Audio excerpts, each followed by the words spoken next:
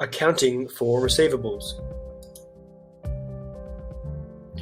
Receivables are amounts of money owed to a business, usually from their customers when the product or service is purchased via credit.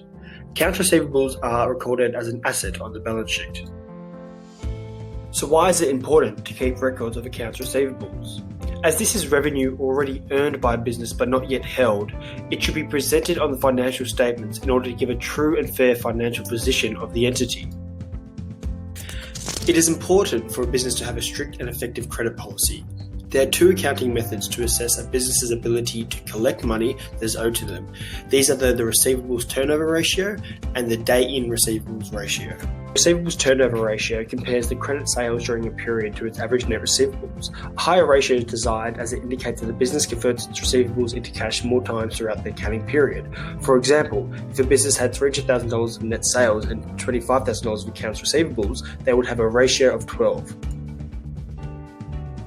The day-in receivables ratio presents the average amount of days it takes a business to collect its receivables. In this case, the lower the ratio, the better the credit policy. This is done by dividing 365 days by the accounts receivable turnover ratio. Using the example before, the day-in receivable ratio would be 30.4.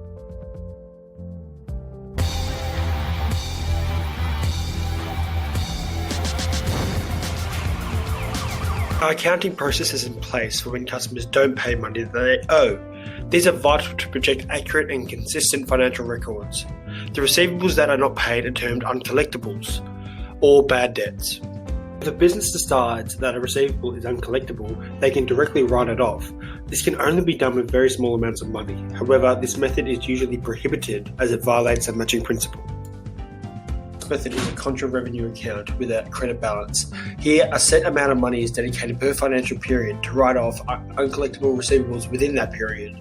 The estimated allowance amount can be calculated as a percentage of total receivables, total sales, or lastly from the age of pending accounts receivable. And that is accounting of receivables in a nutshell.